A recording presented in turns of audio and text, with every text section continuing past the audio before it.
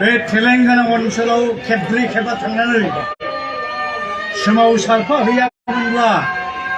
Indian पार्लियामेन्टआव आं जुदि speech होआमोनब्ला बे तेलेंगानायाव अत गोरलै जानांगौआवसो गोब्राब दं बिथांनि कन्ट्रिबिउसना बिराद दा बिथांखौ जों जे दिनै मोननो हादों जोंनि खाफाला बिराद मोजां मैया मोनाबिलियाव आं सफैनो मोनानो बिथांनो आं फन हरदों जे गाबोन जोंहा जन्तर मन्तराव ओरैबायदि हाबाफारि दं बेयाव नोंथाङा फैथारनांगौ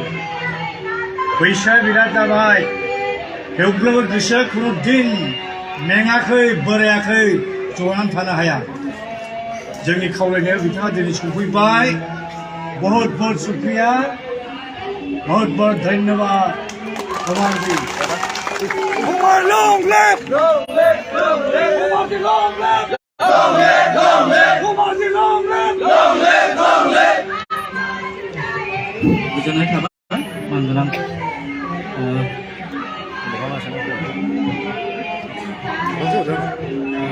दा आङो जोंनिनो बनसुनिनो मानगोनां आफादगिरि बिथांखौ जोङो बिबुंथि लाहोग्रोनो सानबाय दा बिथांखौ गावनि बिबुंथिखौ लाखिफैनो थाखाय आङो गुरै खावलायनाय जायो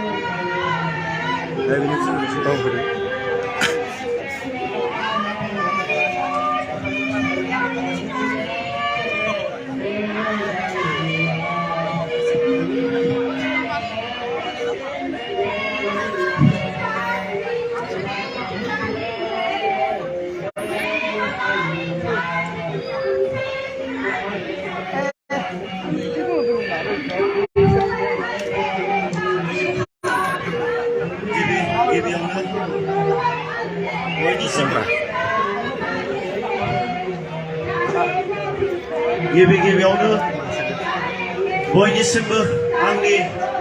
अननाय आरो खुलुमनायखौ बयनिसिमबो बावहरग्रोनाय थाबाय दा जोंनि बर' माहारियारि फरायसा आफादनि बानजायनायाव आरो जोंनि बर' माहारिनि गासैबो फ्रन्टियर अर्गानाइजेशन्स जेरै Bodo' writers academy All India Bodo People's National League for Smaller States, Citizenship Rights Movement Committee, United Tribal Organization of Assam, आरो गासैबो आफादफोर जों जयैनो बे दिल्लीनि जन्तर मन्तराव दिनै 1 तारिख एप्रिल 2023 आव जोङो ज' जानानै जि बर'फोरनि देरसिन सिमां आलादा रायजो सेपारेट स्टेट बड'लेण्ड स्टेट सोरजिनायनि जि थांखि लानानै जों बेयाव नुजाफैनो हाबाय बेयावहाय जों जोबोद गोजोनबाय आरो आं मोनफ्रोमबो आफाद आं आंनि गोसो गोरबोनिफ्राय बनसुनि जानानै आं रोजा रोजा साबायखर बावो आरो बेजों लोगोसे जोंनि बर' समाजनि मानगोनां गागु जोंनि अल बर' गावबुरा एस'सिएशननि सेन्ट्रेलनि मानगोनां आफादगिरि आरो गासैबो गावबुरा नोंथांमोनहा गोसो गोरबोजों बर' हारिनि थामोनथाखौ दासिमबो लुबैयो आरो बर' हारिनि देरसिन सिमां बेखौ दासिमबो हास्थायो दा नोंथांमोना दिनै बेयाव खस्थ' खालामनानै सान्दुं अखा नेवसिनानैब्लाबो दिनै नुजाफैनो हानायनि थाखाय आं नोंथांमोनखौ रोजा रोजा साबायखर बावो आरो बेजों लोगोसे जोंनि बर' हारिनि गेदेमा रायजो राजा नोंथांमोनाबो दिनै आसामनिफ्राय जोंनि प्रप'ज बड'लेण्डनिफ्राय खस्थ' खालामनानै नैबे दिल्लीसिम दिनै गावखौनो बावसोमनानै दिनै सफैनानै नैबे प्रग्रामाव जों बनसुजों आरो बर'नि फ्रन्टियर अर्गानाइजेशन्स बिथांमोनजों जयैनो दिनै खस्थ' खालामफानानै बे हाबाफारिखौ जाफुंसारहोनायनि थाखाय आं रोजा रोजा साबायखर बावो आरो बर' माहारियारि फरायसा आफादनि मानगोनां दैदेनगिरि जेरै मानगोनां गाहाय नेहाथारिनिफ्राय लानानै भाइस प्रेसिडेन्ट सेक्रेटारि सोर मोनफ्रोमबो बिबानगिरि दैदेनगिरि लोगो नोंथांमोन आरो गासैबो जोंनि डिस्ट्रिक्ट कमिटि खोन्दो कमिटिनि मानगोनां बिबानगिरि आरो दैदेनगिरि नोंथांमोन दा नोंथांमोना जोबोद खस्थ' खालामनानै दिनै बे मोनसे बर' हारिनि जि मोनसे देरसिन थांखि बे थांखिखौ जाफुंसार होनायाव दिनै नोंथांमोना खस्थ' खालामनानै नैबे स्टेजसिम नैबे फाइनाल समसिम दे 5 तारिख एप्रिलसिम दिनै सफैहोनो हानायनि थाखाय आं रोजा रोजा साबायखर बावो दा बर' माहारियारि फरायसा आफादा थांनाय 7 तारिख एप्रिल 2022 आवहाय बे बड'लेण्ड मार्टियार्स सिमेट्रि बड'लेण्ड इउनिभार्सिटिनि खाथियावहाय मुंख्लंफोरखौ धुप धुना बिबार बावनानै जों जोनोम मोनदों बे बर' माहारियारि फरायसा आफादा मोनसे थांखिखौ लानानैल' जों जोनोम मोनदों बे थांखियानो जाहैबाय बर' हारिनि मुंख्लंफोरनि दिनै जे आद्रा थानाय सिमां बर' हारिनि जि मोनसे देरसिन सिमां बड'फानि जि मोनसे थांखि जे आलादा रायजो सोरजिनाय गेदेमा रन्जन दैमारिनि जि मोनसे थांखि जोंनि भारतनि संबिधाननि सिङावनो मोनसे आसामखौ बोखावनानै बर'फ्रा आलादा रायजो सोरजिनायनि जि थांखि बड'लेण्ड सेपारेट स्टेट नै बेखौ जाफुंसार होनो थाखायसो जों बनसुआ दिनै जोनोम जादों जे थांनाय बोसोरसेनि उनावहाय जोङो दिनै बोसोरनैनि समाव आगान होबाय दा बोसोरनैनि समाव आगान होनायाव जों नैथिबार नैबे दिल्लीनि जन्तर मन्तराव जों सफैनो हाबाय बर' माहारियारि फरायसा आफादा गोदानब्लाबो जों गोरलैब्लाबो नाथाय जों मोसाबादे जों नेरनानै जों जोनोम जानानै जों आवगायबोदों जों रावखौबो गियाखै रावखौबो जों फासयाखै जों इलिगेलबो जों मावनो थाङाखै भारतनि संबिधान भारतनि नेमखान्थिखौ मानिनानैसो जों दिनै आवगायबोदों जोंनि जि डिमान्ड बे डिमान्डआ दिनै legal demand the demand of the voters the demand of the voters the separate state is a long-standing demand of the Bodo people this is legitimate this is legal and this is birthright of the Bodo people जोङो दिनै जोनोम जानायनि उनाव जोङो दिनै भारतनि मोनसे थागिबि जों समाज साबिगिरि जाथि हिसाबै जोंनि जे आलादा रायजो जांख्रिखांनाय बे जांख्रिखांनाया दिनै भारतनि संबिधाननि आयेन बादि आर्टिकल 2 and 3 आव जोंहा दिनै मोननांगौ जोंहा अधिकार दङ बे अधिकारखौ लानानैसो जों दिनै नैबे जन्तर मन्तराव बिखा फोदांनानै जोंनि दाबिखौ जों दिनै बिनो फैदों बर'फोरनि जि दाबि बे दाबिया गोदान मोनसे दाबि नङा बे दाबिया जाहैबाय थांनाय ब्रिटिश इंराजफोरनि समनिफ्रायनो बै समनि बर'नि दैदेनगिरि बिथांमोन जोंनि गेदेमा गुरुदेव कालिचरण ब्रह्म बिथांमोना दिनै बर'नि निजे खुंथायनि थाखाय बर'नि जातिनि थांनानै थानायनि बर' जातिनि जे पलिटिकल राइट्सनि थाखाय बिथांमोना नांबोबाय थादों The demand of the Bodo people, the long-standing demand, separate state Bodoland, is not any new demand. It's long back. It's an old demand. Since the rule of the British, the Bodo leaders in 1990s,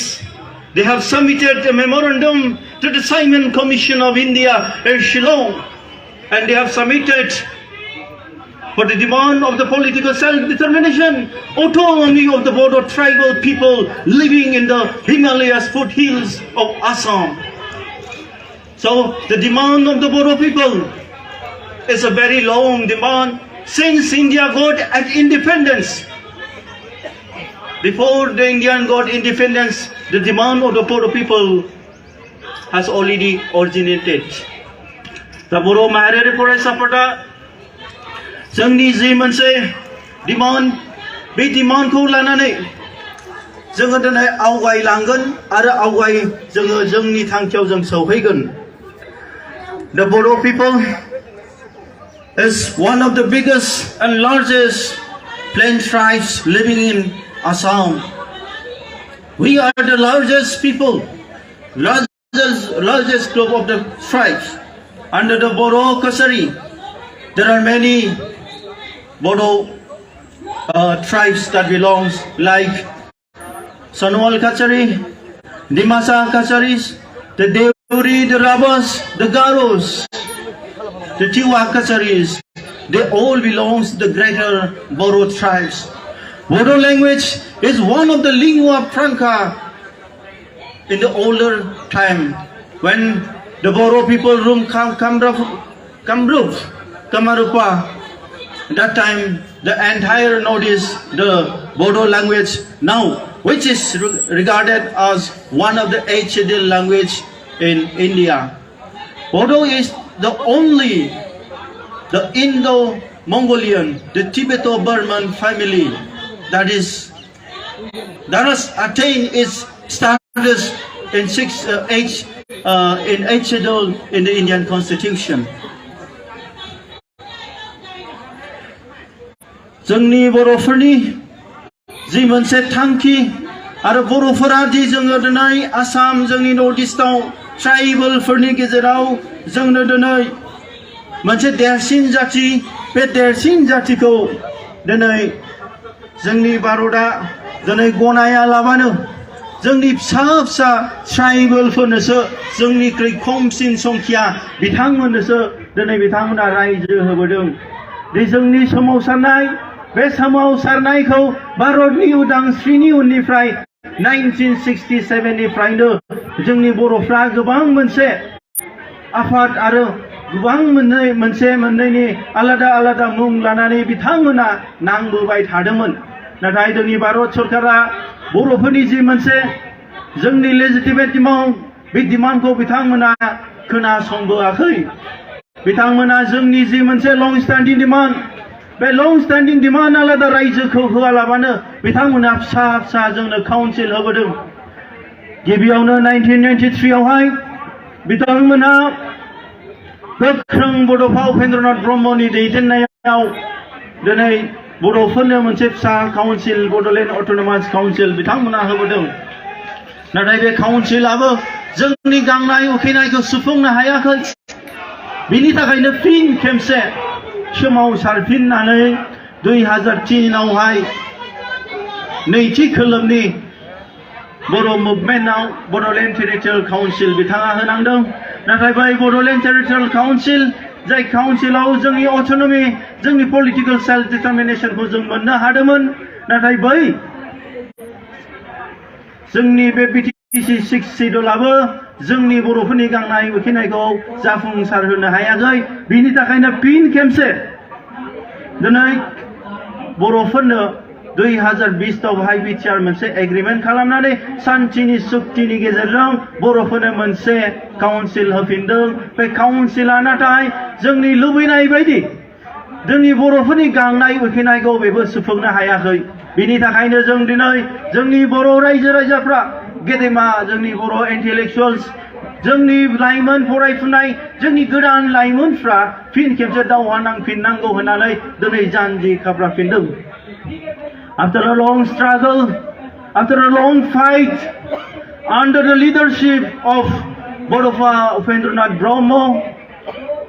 Bodoland Autonomous Council was given in 1993, but that council failed to fulfill the long cherished dream of the Bodo people. Again, after this BSc Accord, the new generations, they took up the arms and they started the democratic movement, and in 2003 they attained another council, Bodoland Territorial Council. They were given, the voters were given 6 scheduled status, a small autonomy of political self-determination, but that 6 schedules also failed to fulfill the long cherished dream of the Bodo peoples. Again, the third phase of Bodo movement started under the banner of All Bodo Students Union and National Democratic Front of Bodoland. And in 2020, instead of giving the full-fledged state, the Bodos were again seated and they were given a small council, Boroland Territorial Council. That is also failed to fulfill the long cherished dream of the Bodo people. Again, after this failure of accord, the Bodos, the new generations, the intellectuals, the Bodo people started to fight and to voice again for the long-standing demand of the Bodo people, that is called Bodoland separate state. Da जोंनि बियो दिनै दुखुनांथाव बर'फोरनि खोमसि नङा खेबनै नङा खेबथाम जोंनो फिसा फिसा काउन्सिल होनानै बर'फोरखौ बुरबक बानायनानै जोंनि भारतनि जि संबिधाननि जि मोन्थाय, जोंनि भारतनि जि मोनसे जों लेजिटिमेट जों मोन्थाय, जों दिनै जोंनि बे थागिबिफोरनि जि मोन्थाय, United Nations Declarations, जोंनि indigenous rights फोरनि जि मोन्थाय, बे मोन्थायखौ दिनै भारत सरकार, आसाम सरकारा दिनै सेनानै लानानै जोंखौ बुरबक खालामनानै फिन खेबसे जोंनो फिसा मोनसे काउन्सिल होफिनदों। दा बेनि थाखायनो गेदेमा रायजो राजा नोंथांमोन, दा जोंनि स्ट्रागोला, बे स्ट्रागोला दिनै बे जोंनि बै समनिफ्रायनो दङ। The struggle for the rights to self-determination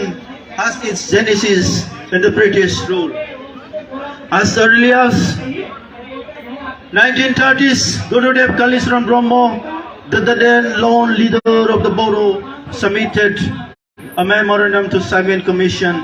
demanding for a political set-off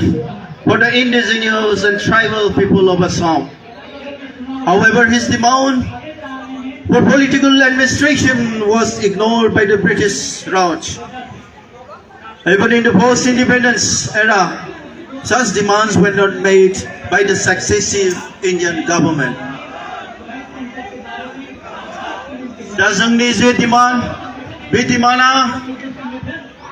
जों बिबाय थानायब्लाबो जों दिनै मोननो हायाखै आरो बे डिमान्डखौ दिनै जाफुंसार होनो जों दिनै आवगायबोदों। जे जायनि सोमावसारनायनि मुङाव गोबां जोंनि बर' लाइमोनफ्रा, बर' आइजोफ्रा सोरबाया जिनाहारि खालामजाबाय, सोरबाया दिनै बुथारजाबाय, सोरबाया नंखाय साजावनानै गावथारजाबाय, आलाय सिलाय जोंनि बर' जोहोलावफ्रा दिनै मुंख्लं जानांबाय। बै मुंख्लंफोरनि जि सिमां, बे सिमांखौ जों दिनै जों ओरैनो जों जानगार होआ, बेखौ जाफुंसार होनो थाखाय जोङो दिनै आवगायलांबाय थागोन। बेखौ जों मोगथां महर होनो थाखाय जों दिनै जों जानजि खाफ्रानानै जों आवगायलांबाय थागोन। Now, the Bodos were fighting for the separate state on the basis of tribal ballot law, which was created under the leadership of British before independence. The Bodos people were demanding the land which is given to the Bodo people by their ancestors. We are not demanding the land which belongs to others. Tribals are the sons of the soils of Assam, the lands, the rivers, everything belongs to the original indigenous tribal people, Bodo people, the Dimasas, the Kacharis, the Sonowals, Tiwaris, the Deuris, the Tiwas, the Rapas. That belongs to the tribal. We are not demanding the land which belongs to the others. The political scenario and its experience of the last few decades gives us a clear understanding that under the present political and administrative setup, the government cannot safeguard or protect the identity of the Bodo people and their interest. The reserve seats are too late to exert pressure on the state and the central government on the matters concerning the welfare and development of the people. The reserve constituencies are delimited in such a way that the tribal populations becomes minority. The long involvement of the Bodo people in the Indian politics gave the people nothing but deception, deprivation and discrimination in the line of colonial rule. Freedom is rights of every nation. Every nation and its peoples, however small or big, weak or strong, have the rights to live as free, independent people. But the immigrants' influx is illegally occupying the tribal block, which was created for the interest of the tribal people and is exploiting with suppressive motives, which has stored the mindset of the Bodos to demand separate state to fulfill the dreams and aspirations of the Bodo people. दा जोंहा दिनै बर'फ्रा सरखारजों जों थगायजानाय नासयजानाय नाख्रेबजानायनिफ्राय जों उदां जानो थाखायसो जों बर' हारिया दिनै सोमावसारदों जाय सोमावसारनायखौ सोरबा आफादफ्रा जेनबाय सोरबा आफादफ्रा सारेन्डार जाबाय नाथाय बर' जाथिया दिनै जों जेननानै थाङाखै जों सारेन्डार जायाखै बिनि थाखायनो जों दिनै गोदान लाइमोनफ्रा बेखौ लांफिननांगौ आरो बेखौ जों दिनै मोगथां महर होनो थाखाय जों कन्टिनिउ खालामनांगौ होननानै बर' माहारियारि फरायसा आफादा फिन खेबसे जों जोनोम जाफिनदों दा जोंनो मानो थाखाय सेपारेट स्टेट नांगौ वाइ सेपारेट स्टेट बड'लेण्ड जोंनो मानो थाखाय बेनि थाखाय गिदिरसिन उद्देश्य Bodos are fighting for a separate state Bodoland for political, social, cultural, economic and security of the Bodo as well as the indigenous people of Assam. The बर'फ्रा जोंनि राजखान्थि मोनथायनि थाखाय जोंनि समाजारि मोनथायनि थाखाय जोंनि हारिमु जोंनि रांखावरिनि मोनथायनि थाखाय जोंनि निरापत्तानि थाखाय दिनै आरो गुबुन गुबुन जोंनि आसामनि ट्राइबेल जोंनि मानसिफोरनि थाखाय जों दिनै सेपारेट स्टेट आलादा रायजोखौ जों डिमान्ड खालामदों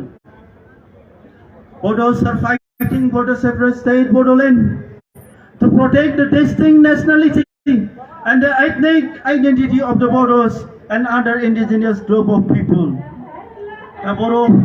जोंनि दिनै आलादा रायजो दिनै जों दावहा नांनायनि गुबै उद्देश्यआनो जाहैबाय जोंनि बर'फोरनि सिनायथि बर'फोरनि जोंनि थांनानै थानायनि आरो बर'फोरनि जे जोंनि गुबुन गुबुन हारियारि माहारिफोरनि दिनै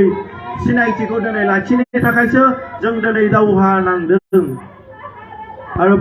Bodos are fighting for the separate state Bodoland to protect the land of the aboriginal people, the fertile agricultural lands, its flora and fauna. दिनै जोंनि हा-हुनि रैखाथिनि थाखाय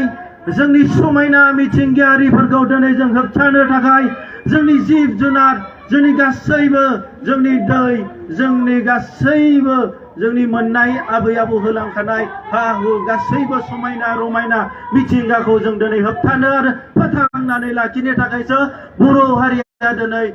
आलादा रायजो बिदों Bodos are fighting for the separate state to preserve the language, the culture, the traditions of the Bodos and grow towards flourishing of self-identities and all the indigenous people of Assam. जोंनि बर'फोरनि जि आलादा रायजो सोरजिनाय बे आलादा रायजो सोरजिनाया जोंनि राव हारिमु जोंनि गासैबो नेमखान्थि ट्रेडिशन्सफोरखौ जों दिनै फोथांनानै लाखिनो जों दिनै बेखौ लांफाय थानो जेब्लासिम बर'आ दिनै जाथि हिसाबै थांनानै थागोन बिनि थाखाय जों दिनै आलादा रायजोनि थाखाय जों दावहा नांदों दा जोंहा दिनै जोंनि नेमखान्थि बादियै जोंनि दिनै आलादा रायजोखौ जोंहा बुहुमनि देरसिन आफाद जोंनि UNO United Nations बादि मोनसे आफादनि डिक्लेरेशन बादि जोङो दिनै जों जाथि हिसाबै मोननांगौ बिनि थाखाय जोङो दिनै नांबाय थादों The Bodos are fighting for the separate state Bodoland as per the provision of the Constitution of United Nations declarations. United Nations on 13 September 2007 led the following rules for the indigenous rights. Under Article 2 states, indigenous peoples and individuals are free and equal to all other people, and individuals have the right to be free from any kind of discrimination in the exercise of the rights and the particular that based on their indigenous origin and identity. दा जोङो थागिबि मानसिफ्रा जों दिनै जोंहा गुबुन गुबुन हारि आरो हारिसाफोर बायदि भारतनि संबिधाननि सिङाव जोंहा समान मोनथाय दङ जों थांनानै थानायनि जों उदाङै गावनि जाथिखौ गावनि राव हारिमुखौ जों फोथांनानै लाखिनायनि जोंहा दिनै इउनाइटेड नेशन्सनि जे डिक्लारेशन बायदि जोंहा गुबुन दिनै उदां मोनथाय दङ दा दिनै बेफोरनि थाखायसो जोंनि आइडेन्टिटि सिनायथिखौ लाखिनो थाखायसो जों बिथांमोननि नेमखान्थि बादि जोंहा मोननांगौ दिनै जोंहा मोनथाय दङ Under United Nations declarations under Articles 3 states indigenous peoples have the right to self-determination. By virtue of that right, they are freely determined their political status and freely pursue their economic, social and cultural development. दा जोंहा दिनै बिथांमोननि United Nations Declarationनि मोनथाय बादि जों थागिबि मानसिफ्रा दिनै उदां राजखान्थि खालामनायनि उदां निजे खुंथायनि जोंनि सिनायथिखौ लाखिनायनि जोंहा मोनफा मोनफा अधिकार दंखायो जों बै नेमखान्थि बादियैसो जों थागिबि जों बर' मानसिफ्रा ट्राइबेल मानसिफ्रा जों दिनै उदां मोननांगौ बे मोनथायखौसो जों दिनै बिदों दा जोंहा United Nations Declaration Article 4 नि बादै जोंहा indigenous people in exercising their rights to self-determination have the right to autonomy of self-government in the matters relating to their internal and local affairs, as well as